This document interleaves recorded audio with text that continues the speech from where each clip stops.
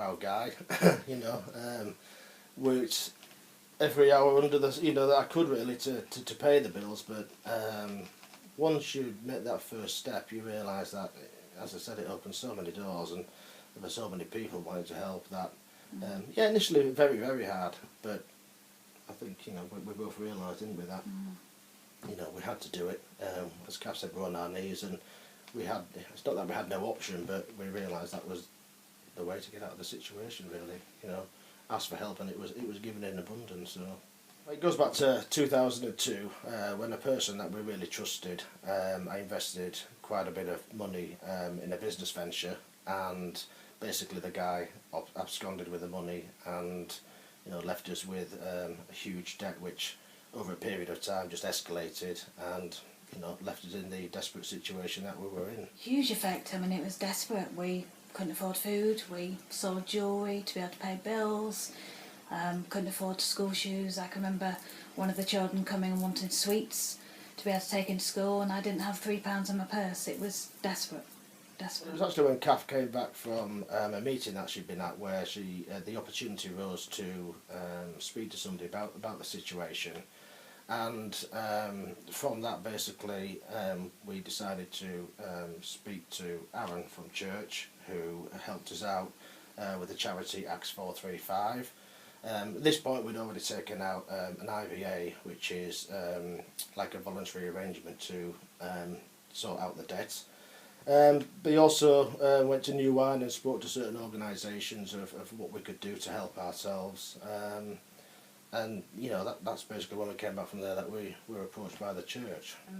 About 5 people approached us and offered to try and get help from people that we wouldn't know who they were from within the church, and ask if they would be willing to help pay off our IVA for us, which you can imagine was mind-blowing. And how much was it? To be paid off was £17,000. You can imagine, you know, for Simon and I, that was just like a gift from heaven. I can't say anything else. You know, at that point we were going to lose the house. We had no way of paying any bills or putting any food on the table. So they then asked for donations, and they raised it. The money was raised within the church. It was just incredible. I think firstly we kind of buried our heads in the sand and just tried to deal with the whole situation ourselves, and realised over a period of time that that's just not the way to go about things. You know, when you ask God for help, he opens doors, and, you know, all these people were there willing to help us with advice and gifts of money and food, and, you know, sometimes money just would appear through the door, and the next day, you know, a bill would arrive and it would be for the exact same amount of money. It's just been open and honest, and, you know, it's amazing how many people are there to help you and support you in difficult times, really. Just needed to completely be on our knees and just ask him for help and depend on him, and through that weakness of ours, he just built us up and just filled us with his strength. So I would just encourage anybody to just ask him for help and depend on him wholly, not try and do it in your own. I just want to encourage other people, for whatever they're facing. You know, we felt that we were in a dark tunnel and there was no way out, that there is always a way out.